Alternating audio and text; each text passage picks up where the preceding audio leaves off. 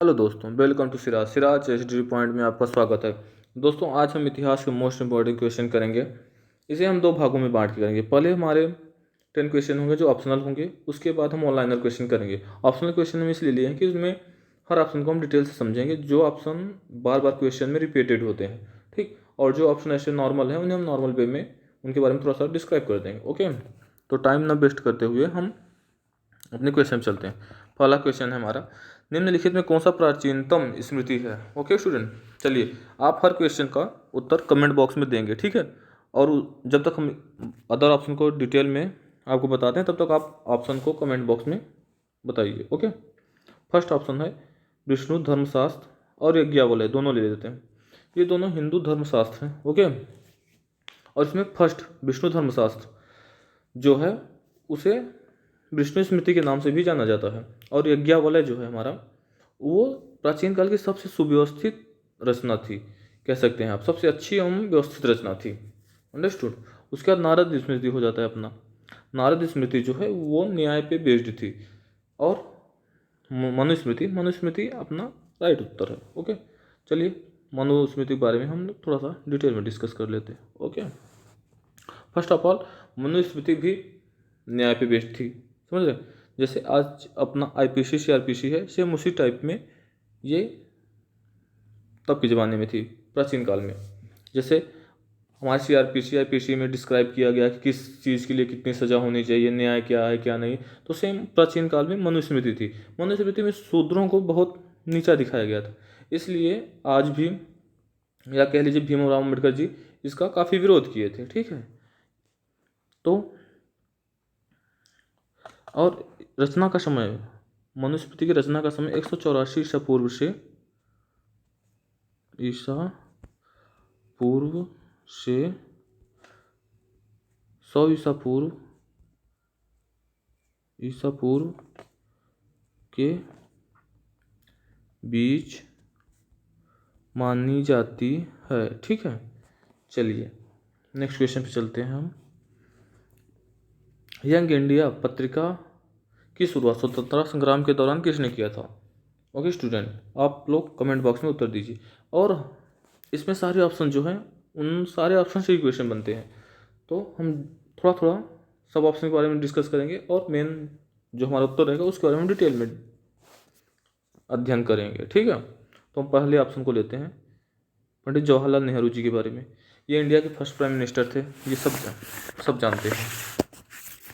चलिए हम बता देते हैं इनके बेसिक चीज़ों के बारे में। जैसे इनका जन्म कब हुआ था, 14 नवंबर 14 नवंबर, चलिए नवंबर 1889, प्रयागराज। ओके, चलिए डेट भी बता देते हैं। इनकी डेट 27 मई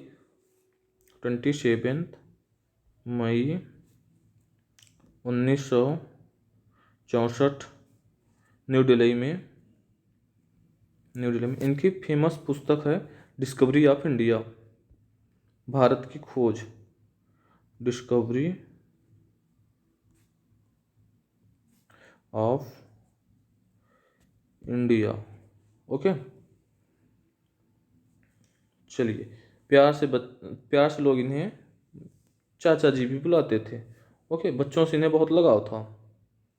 चलिए नेक्स्ट ऑप्शन, सरदार वल्लभ भाई पटेल जी को हम लेते हैं। इनके बारे में कौन नहीं जानता। जब भारत देश आज़ाद हुआ था, तो भारत में कम से कम 500 प्लस देसी रियासतें थी। सबको एकत्र करके ये जो आज भारत है, जो आज आप भारत का नक्शा देख रहे हैं, सब इन्हीं की बदौलत है। नहीं तो आज कितनी देसी रियासतें, कितना देश रहता भारत के अंदर ही, ये कोई अनुमान नहीं लगा सकता। चलिए, अभी सरकार ने 2014 में राष्ट्रीय एकता दिवस भी इन्हीं के जन्मदिन पर मनाने की घोषणा की थी। 31 अक्टूबर अक्टूबर अक्टूबर 1875 में इनका जन्म हुआ था नाडियार में। 15 दिसंबर, चलिए लिख देते हैं, 15 दिसंबर 1950 को इनकी डेथ हुई थी मुंबई में। ओके स्टूडेंट, 15 दिसंबर को इनकी डेथ हुई थी। और बारडोली सत्याग्रह इनका सबसे फेमस है, बारडोली सत्याग्रह। बारडोली सत्याग्रह 1928 में। इसी बारडोली सत्याग्रह में वहाँ की महिलाओं ने इन्हें सरदार की उपाधि दी थी। ओके स्टूडेंट, चलिए नेक्स्ट ऑप्शन ले लेते हैं हम अपना। नेक्स्ट ऑप्शन है सुभाष चंद्र बोस जी को हम ले लेते हैं, सुभाष चंद्र बोस जी को। ऑप्शन बी, सुभाष चंद्र बोस जी भी 23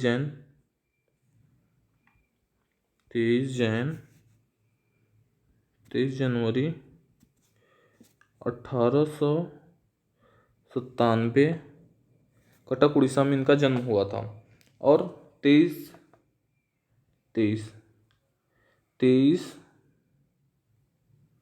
जनवरी को ही पराक्रम दिवस मनाया जाता है। ठीक है, इन्हीं के जन्मदिन पे अभी आई थिंक 2020 में शुरू हुआ है पराक्रम दिवस मनाया जाना, मोदी जी ने स्टार्ट किया था।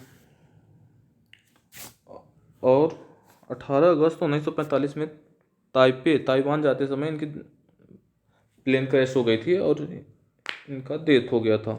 चलिए लिख लीजिए 18 जनवरी 1945 को, 18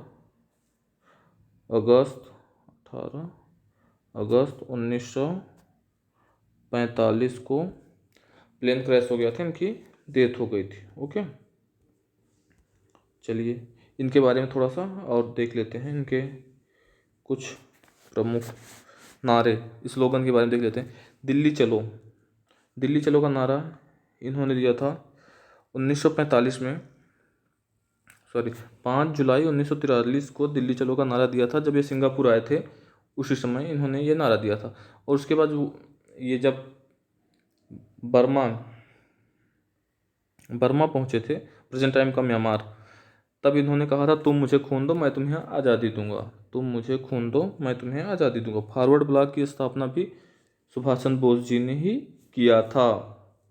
ओके स्टूडेंट, चलिए नेक्स्ट ऑप्शन महात्मा गांधी जी को ले लेते हैं। और हमारे क्वेश्चन का राइट आंसर भी महात्मा गांधी जी ही हैं।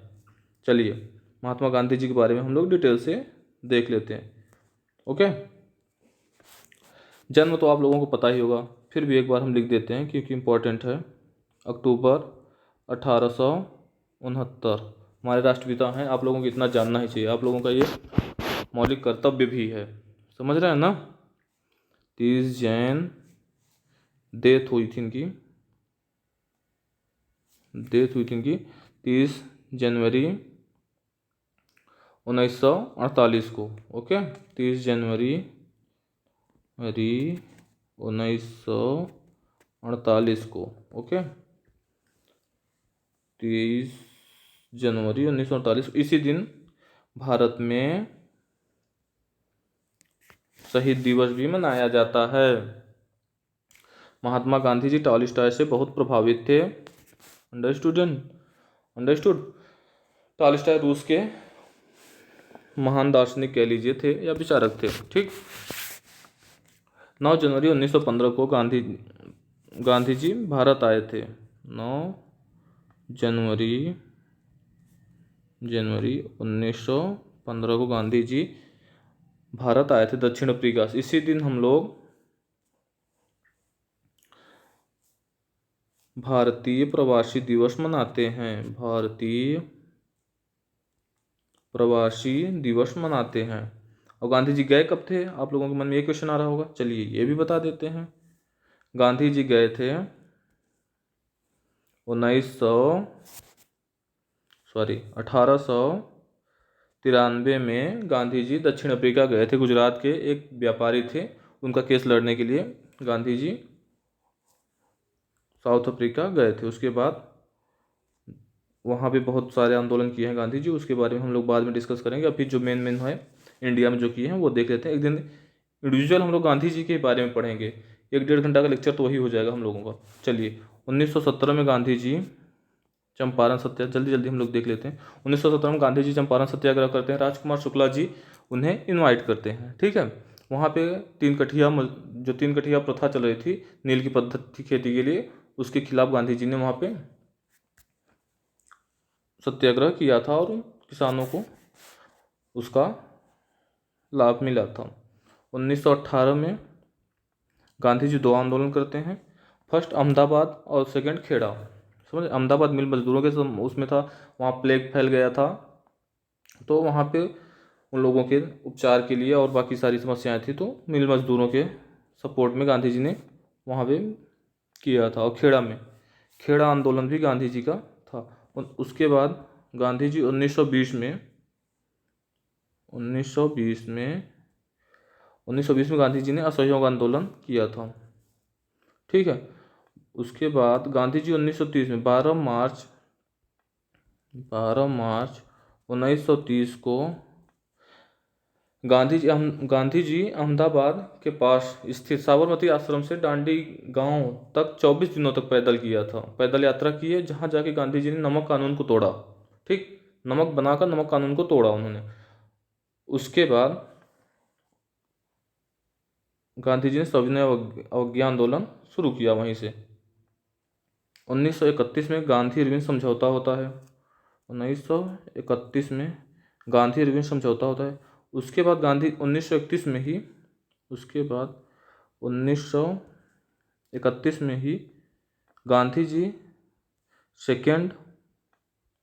सेकेंड गोलमेज सम्मेलन में भाग लेते हैं, ठीक। उसके बाद 1932 में गांधी अंबेडकर समझौता होता है, जिसे पूना पैक्ट के नाम से जाना जाता है। पूना पैक्ट के नाम से जाना जाता है, ठीक दोस्तों। पूना पैक्ट कम्युनल अवार्ड का वो था इशू, इसीलिए गांधी जी यरवदा जेल में उसमें बंद थे। तो अंबेडकर जी चाहते थे कि जो ST SC हैं उनके लिए भी पृथक निर्वाचन की, जैसे हिंदू मुस्लिम में था वैसे ST SC के लिए भी। तो गांधी जी इसके सपोर्ट में नहीं थे, इसलिए गांधी जी अनशन पे चले गए, जेल में बंद थे वहाँ पे अनशन पे चले गए। तो जब उनकी हालत खराब होने लगी तो JB कृपलानी की और उनके मदद से गांधी और अंबेडकर जी का समझौता हुआ, ठीक है दोस्तों। चलिए, तो 1932 तक हम लोग पहुंच गए थे। उसके बाद सबसे बड़ा आंदोलन गांधी जी का वो देख लेते हैं। उसमें 1942 में भारत छोड़ो आंदोलन, जिसमें गांधी जी ने सबसे जोरदार भाषण दिया था और एक स्लोगन भी दिया था। 1932 में 8 अगस्त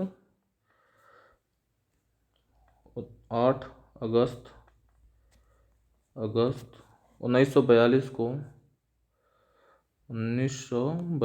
को भारत छोड़ो आंदोलन, गांधी जी ने भारत छोड़ो आंदोलन शुरू किया था। इसी में गांधी जी ने करो या मरो का नारा दिया था। ये बहुत फेमस हुआ था, करो या मरो का नारा गांधी जी का। चलिए दोस्तों, नेक्स्ट पे चलते हैं, बाकी नेक्स्ट क्लास में ले लेंगे, बहुत है गांधी जी को। नेक्स्ट क्वेश्चन है अपना,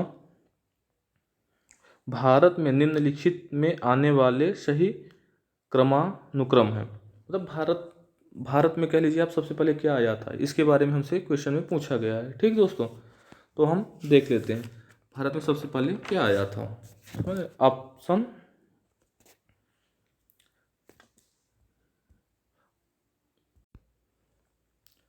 ऑप्शन डी इसका सही है, क्योंकि इसमें बहुत ज़्यादा डिस्कस करने लायक कुछ है नहीं, ठीक है। चलिए, ऑप्शन डी इसका सही होगा। सबसे पहले नगर संस्कृति आई थी, सेकंड पे आया था लोहे के हल, थर्ड पे आया था हमारा आहत मुद्रा चांदी के सिक्के, फोर्थ पे सोने के सिक्के। सोने के सिक्के के से क्वेश्चन बहुत फेमस है, वो आप लोग देख लीजिए। सोने के सिक्कों को सबसे पहले कुषाण शासक कनिष्क ने चलवाया था, या उस कनिष्क के द्वारा चलवाया गया था। चलो दोस्तों, नेक्स्ट क्वेश्चन चलते हैं। इसमें बहुत ज़्यादा कुछ है नहीं क्वेश्चन में। नेक्स्ट क्वेश्चन है अपना, भारत में सचिव का पद किसके द्वारा निर्मित किया गया था। ओके दोस्तों, इसके कहने का मतलब है भारत में सचिव का पद कब आया था, समझ रहे हैं। चलिए, आप लोग कमेंट में उत्तर दीजिए तब तक हम और ऑप्शन को डिस्कस कर देते हैं आपके साथ। ओके, मार्ले मिंटो सुधार 1909 में आया था। इसे भारत परिषद के नाम से भी जाना जाता है। समझ रहे हैं, ये वाला मार्ले मिंटो सुधार 1909 में इसे भारत परिषद के नाम से भी जाना जाता है। इसे भारत परिषद 1909 के नाम से भी जाना जाता है। इस अधिनियम द्वारा चुनाव प्रणाली के सिद्धांत में पहली बार मान्यता दी गई। मतलब चुनाव, जैसे भारत में चुनाव होता है, समझ रहे हैं ना, उसकी इसमें मान्यता दी गई थी। और उसके बाद ऑप्शन सी है अपना 1961, भारतीय परिषद अधिनियम 1961। यूके की, मतलब यूनाइटेड किंगडम की संसद का एक अधिनियम था, समझ रहे हैं, जिसमें पोर्टफोलियो प्रणाली पर कैबिनेट रन करने के रूप में, मतलब चलाने के इसमें संसाधन दिए गए थे, ठीक, करने के लिए बदलाव दिया गया था। इसमें कैबिनेट में 6 साधारण सदस्य होते थे। जैसे आज हमारे हैं गृह मंत्री, होम मिनिस्टर, वैसे 6 सदस्य होते थे, ठीक है। ऑप्शन डी ले लेते हैं, मॉन्टेग्यू चिम्सफोर्ड सुधार 1919। मॉन्टेग्यू चिम्सफोर्ड सुधार 1919 केंद्रीय व्यवस्थापिका में 2 सदन कर दिए गए थे। जैसे अभी चल रहा है लोकसभा राज्यसभा, वैसे केंद्रीय व्यवस्थापिका में 2 सदन कर दिए गए थे इस सुधार के तहत। और इस क्वेश्चन का आंसर है हमारे आंसर बी है। इसका आंसर बी, भारत सरकार अधिनियम 1858 के तहत आया था। समझ रहे हैं ना, भारत सरकार अधिनियम 1858 के तहत सचिव का पद सृजन किया गया था। चलिए हम देख लेते हैं थोड़ा सा ऑप्शन बी के बारे में।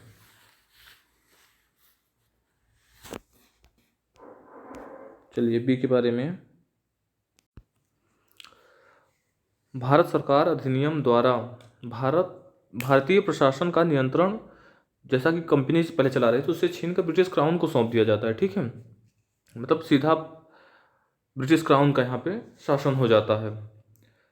एक भारतीय राज्य सचिव का प्रावधान किया गया, समझ रहे हैं ना। फर्स्ट उसमें थे, जैसे एक भारतीय राज्य सचिव हो गए, ठीक, उसमें फर्स्ट थे लॉर्ड स्टैनली, फर्स्ट थे Lord Stanley, Lord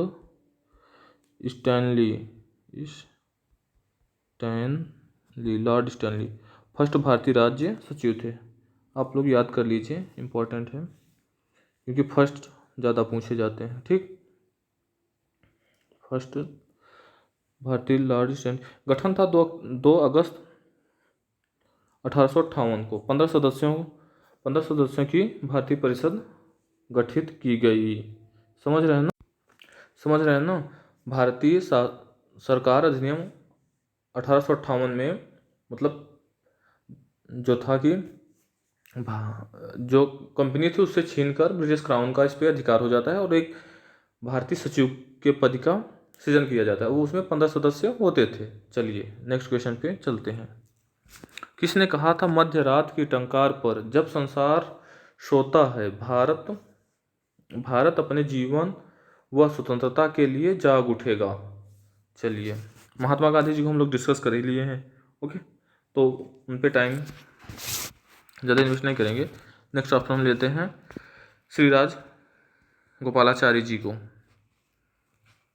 okay, Shri Raj Gopalachari जी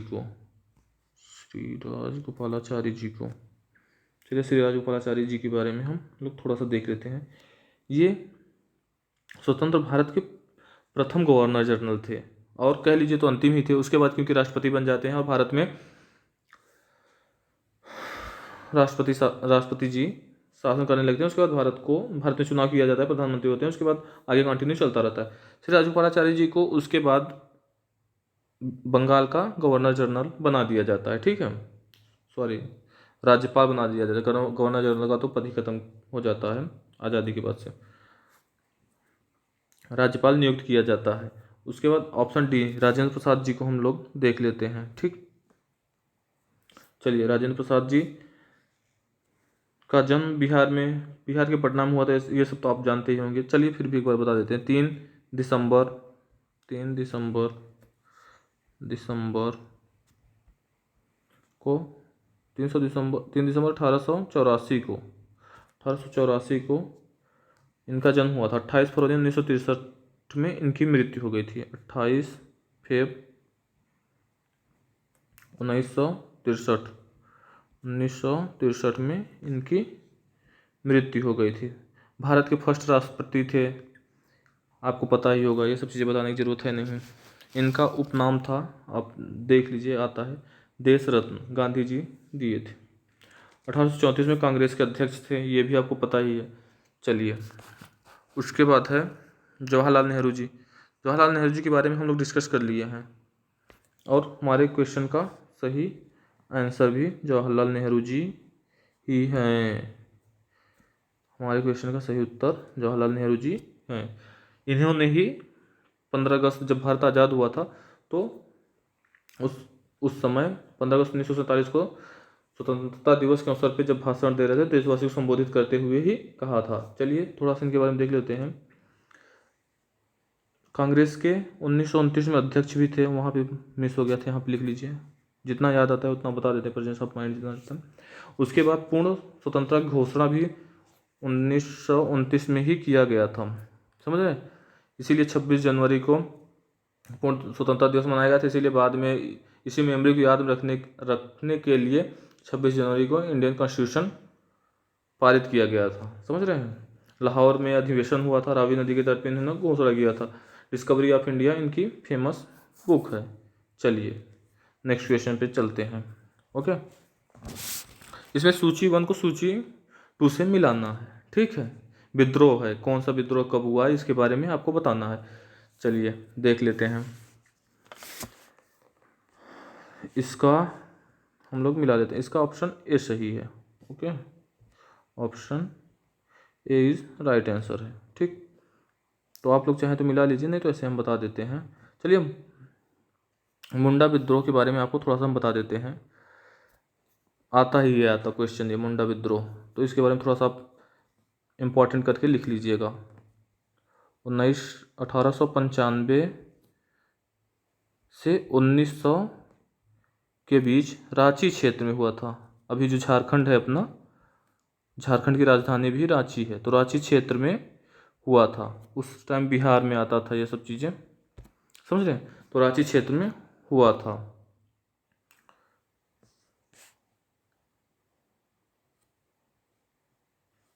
और इसका आप मिला लीजिए, 2 का कौन सा है, 2 में सी, बिरसा मुंडा इसके नेता थे। ये भी बिल्कुल याद रख लीजिएगा, बिरसा मुंडा जी इसके नेता थे, ठीक। चलिए, और एक और देख लेते हैं। कोया विद्रोह भी बहुत आता है, तो कोया विद्रोह के बारे में भी आपको थोड़ा सा बता देते हैं, ठीक। कोया विद्रोह, चलिए एक बार मिला ही देते हैं सारे को, रेड वाले से मिला देते हैं। चलिए, कोया विद्रोह है आपका ये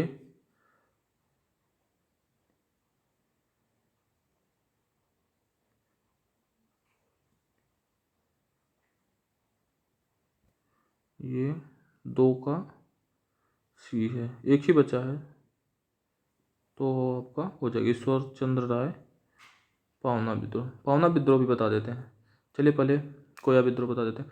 कोलियों के द्वारा जो विद्रोह किया गया था उसे कोया विद्रोह जाता है। कोलियों द्वारा जो विद्रोह किया गया था, या कोलियों द्वारा, सॉरी, कोलियों ने जो लड़ाई लड़ी थी उसे कोया विद्रोह कहा जाता है। हम लोग विद्रोह कैसे कहेंगे, हम लोग तो लड़ाई कहेंगे, या उसे अपने हक की लड़ाई कहेंगे, ठीक है। तो कोई एक जात थी, कोइयों ने जो लड़ाई लड़ी थी उसे कोया विद्रोह बाद में कहा गया। 1839 से 1849 गुजरात में यह लड़ाई हुई थी, या कह लीजिए यह विद्रोह हुआ था। विद्रोह शब्द अच्छा नहीं लगता, फिर भी अब यही लिखा गया है तो बोलना पड़ता है। विद्रोह हुआ था, ठीक है। चलिए ऑप्शन ए अपना सही था, आप लोग देख लीजिए। उसके बाद हम पावना विद्रोह बता देते हैं, ये भी अक्सर एग्जाम में दिखता रहता है। चलिए पावना विद्रोह देख लेते हैं थोड़ा सा, उसके बाद आगे बढ़ते हैं।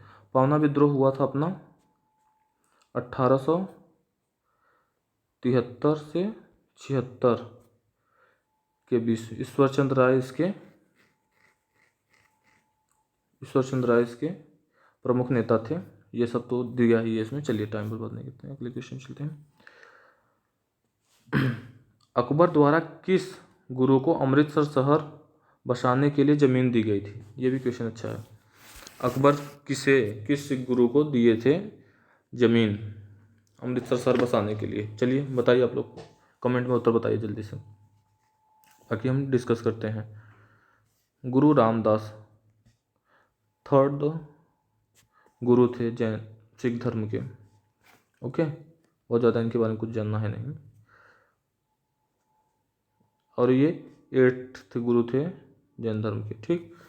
तेज बहादुर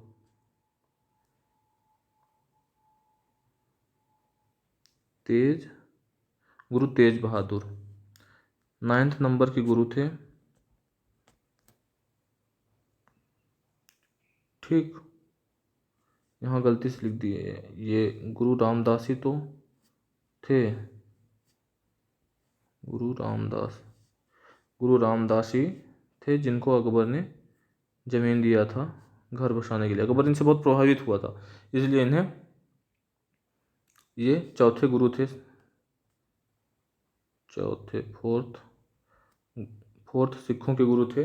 इनसे अकबर प्रभावित होकर, इनका कार्यकाल था 1574 से 81 ईस्वी के बीच। ठीक, इनसे अकबर प्रभावित होकर 1577 में इन्हें 500 बीघा ज़मीन देता है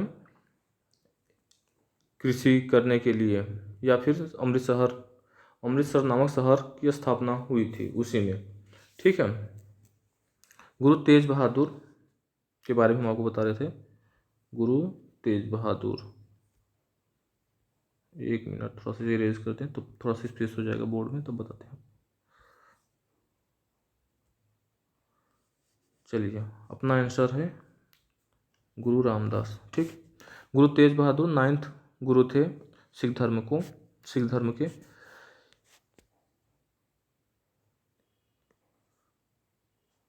इनके ही द्वारा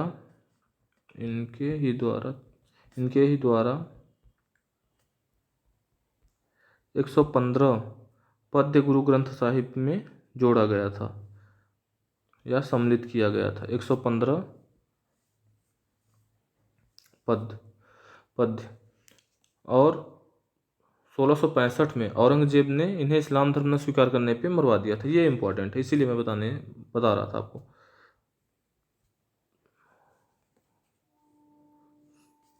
चलिए लिख देता हूँ मैं, ये इंपॉर्टेंट है, आप लोग भी लिख लीजिए। 1675 में औरंगजेब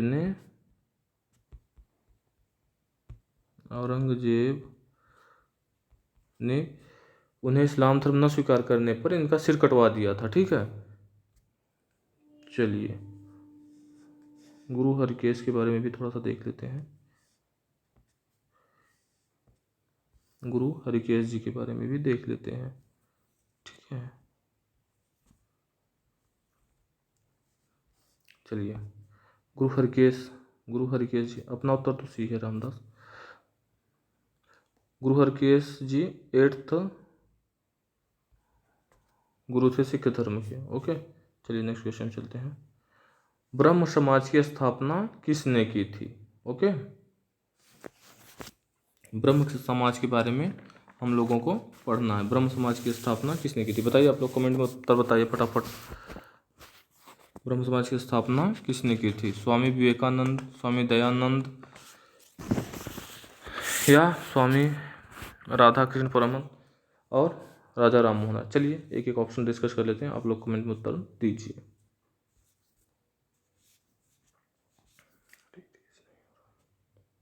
चलिए कोई बात नहीं।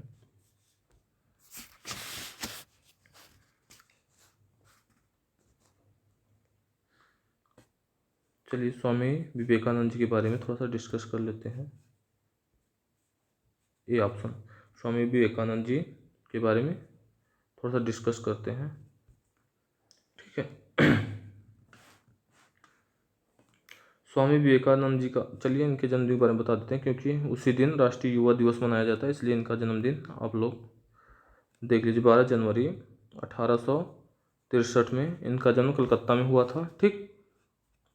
और 4 जुलाई 1902 को इनकी डेथ हो गई थी, समझ रहे। उसे महासमाधि के रूप में जाना जाता है। इनके बचपन का नाम लिख लीजिए, आता है क्वेश्चन में, नरेंद्र नाथ दत्त था, ठीक है। और अभी तो हम आपको बताए थे 1893 में ये शिकागो में विश्व धर्म सम्मेलन में भाग लिए थे, ठीक है। और हाँ, एक बड़ी बात, ये स्वामी राधाकृष्ण परमहंस जी के शिष्य थे। इन्हीं के गुरु, इन्हीं के ये शिष्य थे, स्वामी राधाकृष्ण परमहंस जी के शिष्य थे, ठीक है।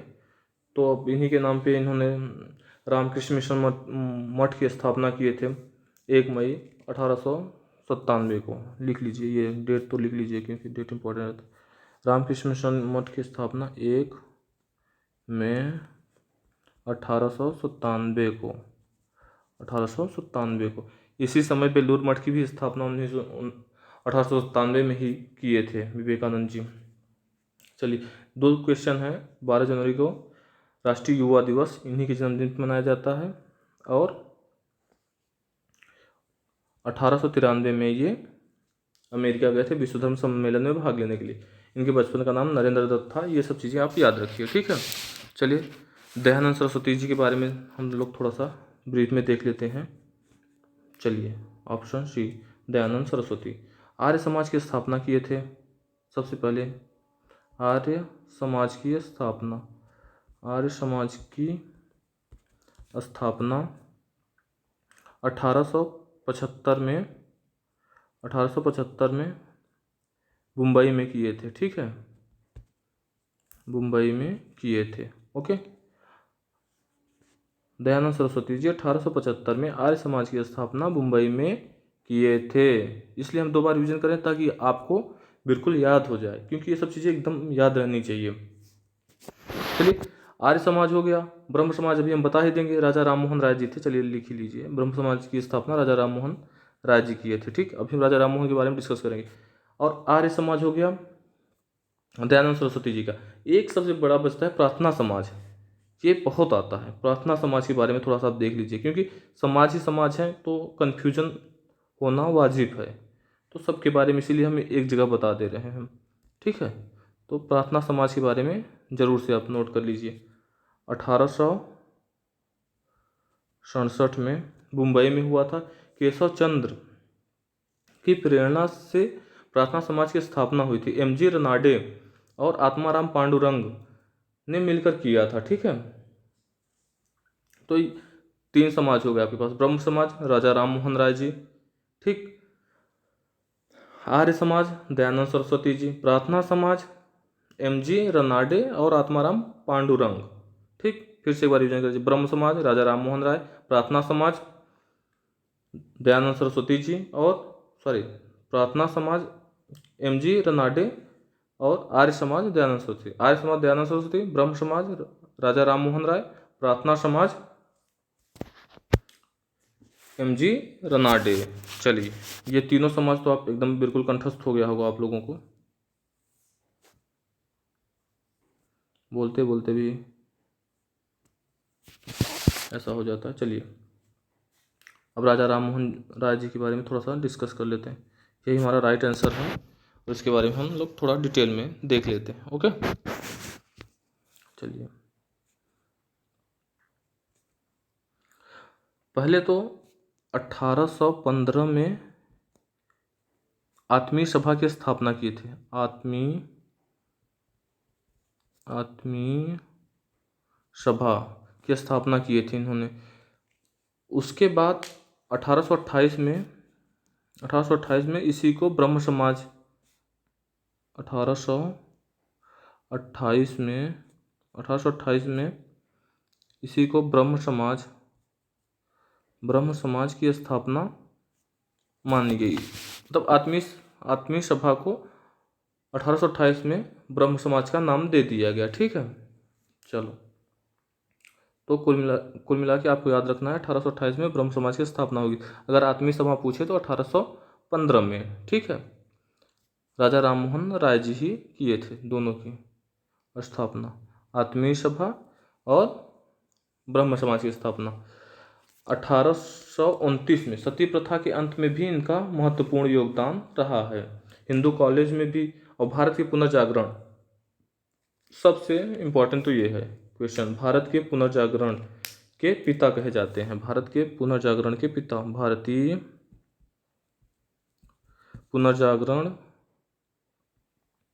पुनर्जागरण के पिता कहे जाते हैं। ठीक है दोस्त, चलिए, इतना क्वेश्चन इनके बारे में याद रखना। इन ब्रीफ में एक बार आपको बोल देता हूँ। ठीक है,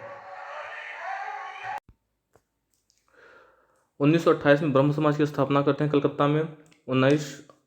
1829 में 1828 में ब्रह्म समाज की स्थापना करेंगे। 1829 में सती प्रथा का अंत करेंगे। हिंदू कॉलेज की स्थापना करेंगे। भारतीय पुनर्जागरण के पिता कहे जाते हैं राजा राममोहन राय। इनके बारे में इतना चीज़ आपको याद रखना है, और हमारे क्वेश्चन का आंसर भी यही है। चलिए नेक्स्ट क्वेश्चन पे चलते हैं। निम्नलिखित में से किस राजपूत वंश ने अकबर के सामने समर्पण नहीं किया था? चलिए, अच्छा क्वेश्चन है। क्वेश्चन का तात्पर्य है कि किसने अकबर के सामने समर्पण नहीं किया। ठीक है, चलिए पहले उत्तर ही बता देते हैं, उसके बाद उत्तर बता देंगे तो आप लोगों को सारा कुछ समझ में आ जाएगा क्या माजरा है इस क्वेश्चन में। ठीक है, चलिए, इस क्वेश्चन का आंसर है सिसोदिया वंश ने। ठीक, ऑप्शन ए। चलिए बता देते हैं सिसोदिया वंश के बारे में थोड़ा सा, उसके बाद आगे बढ़ेंगे। ऑप्शन भी थोड़ा सा डिस्कस कर लेंगे। 556 ईस्वी में गुहिलादित्य ने सिसोदिया वंश की नींव रखी थी। 1556 ईस्वी में गुहिलादित्य, लिख लीजिए आप, गुहिलादित्य।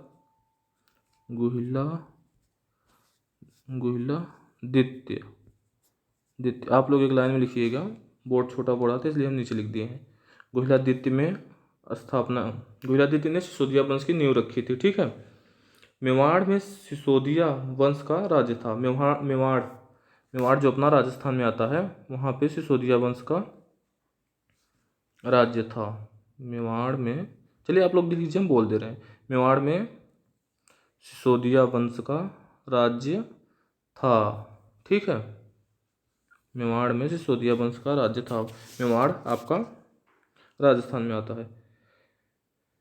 अकबर के समय वहाँ का राजा राणा सांगा का पुत्र उदय सिंह था, जिसने अकबर की अधीनता स्वीकार नहीं की। अब ये भी अच्छा है लाइन, ये भी नोट कर लीजिए आप। सिसोदिया वंश का उस समय शासक उदय सिंह था, जिसने अकबर का उत्तराधिकार नहीं स्वीकार किया था। लिखना चाहिए तो आप लोग लिख लीजिए उदय सिंह था, और उसने अकबर की अधीनता स्वीकार नहीं किया था। चलिए, इन ब्रीफ में हम ये जो ऑप्शन दिए हैं उनके बारे में भी डिस्कस कर लेते हैं। ओके, चलिए,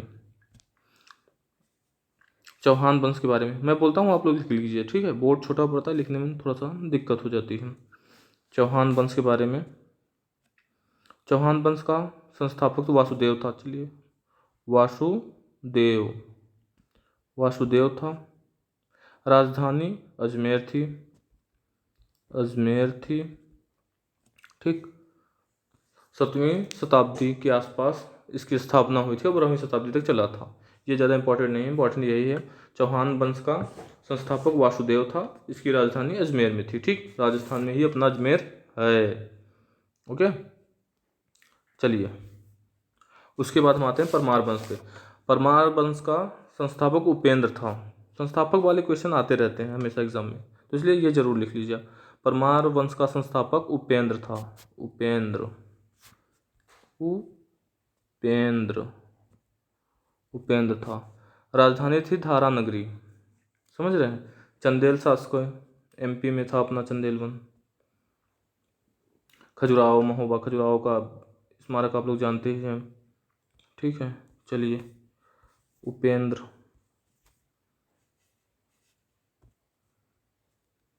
चंदेल वंश, चंदेल वंश का संस्थापक नन्नूक था। नन्नूक चंदेल वंश का संस्थापक था। राजधानी थी खजुराहो। खजुराहो, ठीक है। खजुराहो महोबा दोनों इसकी राजधानी थी। चलिए एक बार इन ब्रीफ में समझ लीजिए। चौहान वंश का संस्थापक वासुदेव था, अजमेर इसकी राजधानी थी। परमार वंश का संस्थापक उपेंद्र था, धारा नगरी इसकी राजधानी थी। चंदेल वंश का शासक नन्नूक था। नन्नूक था, तो ये क्वेश्चन आपको याद रहने चाहिए, नन्नूक था, ठीक। अब चलिए ये क्वेश्चन ऑप्शनल, आई थिंक ये मेरा लास्ट क्वेश्चन होगा अपना। औरंगजेब के समय में किस जाट नेता ने भरतपुर की स्थापना की थी, ठीक है। औरंगजेब के समय भरतपुर की स्थापना, भरतपुर अपना राजस्थान में ही है, पता ही है। चलिए औरंगजेब के समय भरतपुर की स्थापना किसने की थी। इस क्वेश्चन में भी उत्तर हम लोग पहले आप देख लेते हैं। चलिए पहले औरंगजेब के बारे में थोड़ा सा देख लेते हैं। ये तो सब तो आपको पता ही होगा, औरंगजेब किसका पुत्र था। चलिए बता देते हैं इसका। औरंगजेब का शासनकाल 1658 से 1707। उत्तर मुगल काल का लास्ट शासक था, शाहजहां का पुत्र था। इनके बड़े भाई दारा शिकोह थे, दारा शिकोह को मार के गद्दी पर बैठा था।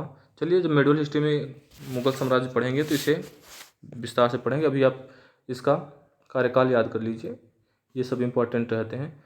1658 में ये गद्दी पे बैठता है, 1707 तक शासन करता है। ये और अकबर सेम पीरियड तक शासन करते हैं, 49। चलिए मुगल कालीन प्रसिद्ध जाट नेता राजा राम थे, पता है कि नहीं। और उन्हीं का भतीजा है चूड़ामल, चूड़ामन, ठीक। और चूड़ामल ही इसके उत्तर होते हैं। चलिए हम आप लोगों को डिटेल में समझा देते हैं। गोकुल पहले थे शासक, पहले गोकुल को ही देख लेते हैं। सबसे पहले गोकुल देखेंगे तो आराम समझ में आ जाएगा, ठीक। गोकुल सिंह जाट तिलपत गांव का सरदार था, ठीक। औरंगजेब ने 1 जनवरी 1670 को, ये डेट देख लीजिए, बहुत ज़्यादा तो वो तो नहीं, 1 जनवरी 1670 ईस्वी को आगरा में इनके टुकड़े टुकड़े करवा दिए थे, ठीक।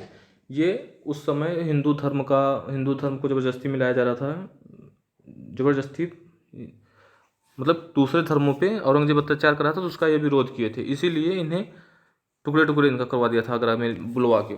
उसके बाद गद्दी पे बैठते हैं राजा राम, ठीक।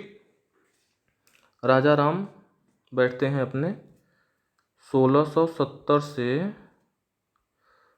1688 तक शासन करते हैं। चूड़ा, और उसके बाद आते हैं इनके भतीजे थे, राजा राम के भतीजे थे चूड़ामन, और चूड़ामन ही भरतपुर की स्थापना करते हैं।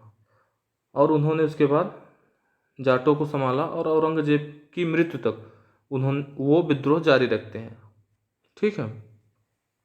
चलिए नेक्स्ट क्वेश्चन चलते हैं। अपना ऑप्शनल शुरू हो गया है, अब ऑप्शनल क्वेश्चन खत्म हो गया है। चलिए अब फटाफट वन लाइनर क्वेश्चन देख लेते हैं, ज़्यादा समय न बर्बाद करते हुए। मौर्य साम्राज्य का वर्गों में विभाजन, मतलब क्वेश्चन का मतलब है मौर्य साम्राज्य को कितने वर्गों में विभाजित किया गया था। दार्शनिक, किसान, पशुपालन, कारीगर व शिल्पी, सैनिक, निरीक्षक, सभासद, ये सब मेगस्थनीज की पुस्तक इंडिका में मिलता है, ठीक। चलिए एक बार देख लीजिए। मौर्य साम्राज्य के दार्शनिक, किसान, पशुपालक, कारीगर व शिल्पी, सैनिक, निरीक्षक, सभागार के पद पे स्थापित, सभागार मेगास्थनीज की पुस्तक इंडिका में लिख किया गया है, ठीक। चलिए नेक्स्ट क्वेश्चन चलते हैं। दिव्यावदान के अनुसार अशोक को बौद्ध धर्म स्वीकार करने के लिए उपगुप्त ने प्रेरित किया था। ठीक, दिव्यावदान के अनुसार, दिव्यावदान एक पुस्तक, अशोक को बौद्ध धर्म स्वीकार करने के लिए उपगुप्त ने प्रेरित किया था। समझ रहे हो? चलिए नेक्स्ट पे चलते हैं। मौर्य वंश का प्रसिद्ध राजा बिंदुसार चंद्रगुप्त मौर्य का पुत्र एवं अशोक का पिता था। बिंदुसार जो थे अशोक महान के पिता थे और बिंदु चंद्रगुप्त मौर्य के पुत्र थे। ठीक, चलिए मौर्य वंश का महानतम शासक अशोक था। अशोक के स्तंभ देखे ही होंगे, कलिंग पे युद्ध करते हैं अशोक। ठीक, बहुत सारे अशोक ने कार्य किए थे। बौद्ध धर्म का संदेश देने के लिए अशोक ने सुंगमित्र, देवनामप्रिय व मिनांडर में से किसी को विदेश नहीं भेजा था। विदेश वो श्रीलंका में संघमित्रा को भेजे थे। ठीक, अशोक की धर्म नीति एवं शासन सिद्धांत का उल्लेख 14 मुख्य शिलालेखों में किया गया था। अभी हम आपको बता ही रहे थे। John F Flint, James Prinsep, Alexander Cunningham व जॉन मार्शल में से जेम्स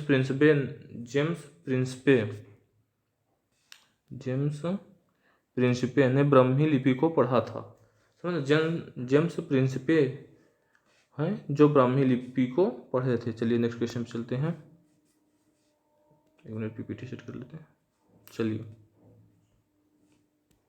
भारत पर तैमूर के आक्रमण के समय दिल्ली सल्तनत का पर तुगलक राजवंश था। समझ रहे हैं? जब तैमूर लंग का आक्रमण हुआ था भारत पे, उसमें तुगलक वंश शासन में था। ठीक, चलिए आगे चलते हैं। सर्वोत्तम विरासत शहर 11/12 का खिताब वारंगल आंध्र प्रदेश शहर को मिला था। 11/12 का खिताब वारंगल आंध्र प्रदेश को मिला था सर्वोत्तम विरासत सिटी का। दिल्ली सल्तनत पर मुगलों के पहले लोदी राजवंश का शासन था। जब भारत पे बाबर आक्रमण करता है तब उस समय लोदी वंश का संस्थापक था। इब्राहिम लोदी दिल्ली सल्तनत का कह लीजिए तो लास्ट शासक था। इब्राहिम लोदी और अकबर के बीच युद्ध होता है। ठीक, 1526 ईस्वी में। चलिए, हम्पी कर्नाटक में विरूपाक्ष मंदिर स्थित है। हम्पी के कर्नाटक में विरूपाक्ष मंदिर स्थित है। तुगलक वंश की स्थापना वीर नरसिंह ने की थी। तुलु वंश की स्थापना वीर नरसिंह ने की थी। उड़िया कवि सरला दास कपिलेंद्र देव के समकालीन थे। उड़िया कवि सरला दास जो हैं वो कपिलेंद्र के समय में समकालीन थे या समय के थे। ठीक, मोहम्मद गजनवी ने मुख्यतः भारत की संपत्ति को लूटने के लिए भारत पर आक्रमण किया था। मोहम्मद गजनवी 17 बार भारत पर आक्रमण करता है। 1999 से लेके 1027 तक उसने आक्रमण किया। भीमदेव प्रथम थे जब उसने गुजरात पर आक्रमण किया था और सोमनाथ मंदिर लूटा था। चलिए, दिल्ली सुल्तान बलबन ने स्वयं को नाइबे खुदाई या ईश्वर का दूत कहा था। बलबन जो था उसने नाइबे खुदाई या ईश्वर का दूत स्वयं को कहा था। पद्मावती के रचयिता मलिक मोहम्मद जैसी थे, ये तो सब जानते ही है वो आप लोग।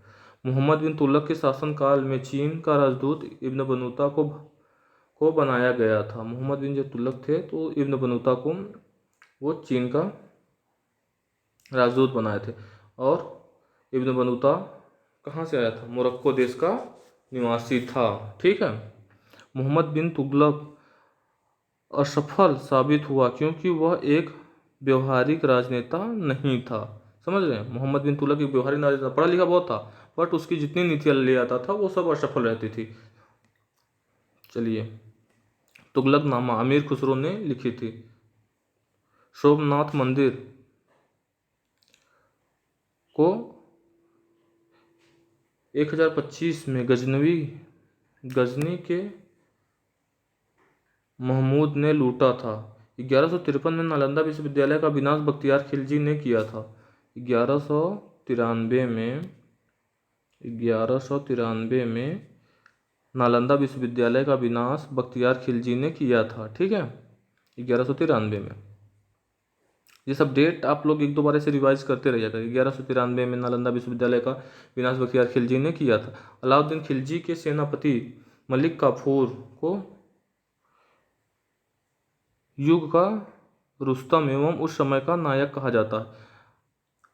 अलाउद्दीन का सेनापति मलिक काफूर था, उसे युग का रुस्तम एवं उस समय का नायक कहा जाता था। कुतुबुद्दीन ऐबक इल्तुतमिश अलाउद्दीन खिलजी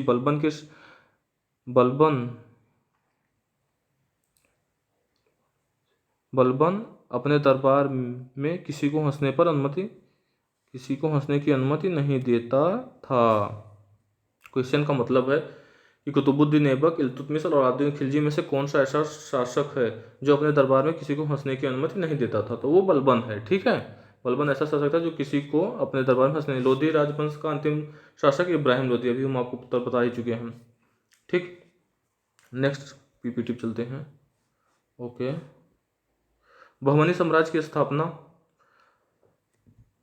1347 ईस्वी में की गई थी। ओके, बहमनी साम्राज्य की स्थापना 1347 में की गई थी। चार मीनार कुली कुतुब शाह ने बनवाई थी। चार मीनार जो आपका हैदराबाद में है, उसकी स्थापना कुली कुतुब शाह ने की थी।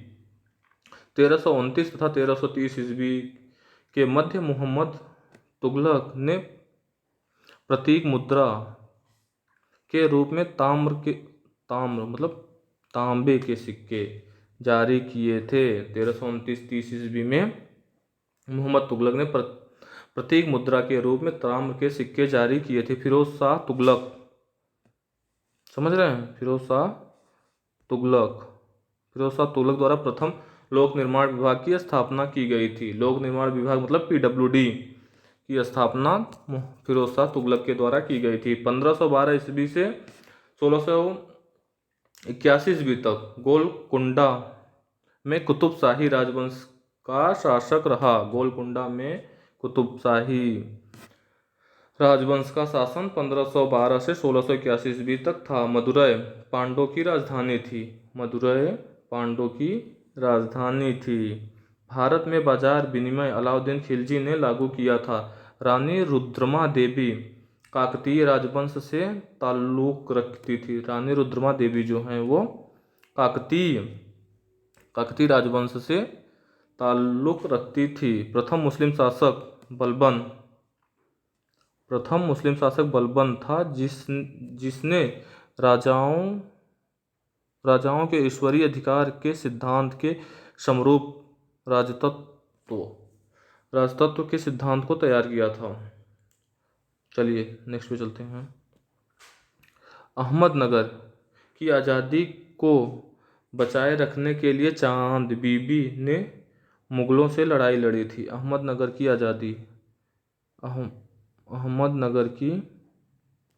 आज़ादी को बचाए रखने के लिए चांद बीबी ने मुगलों से लड़ाई लड़ी थी।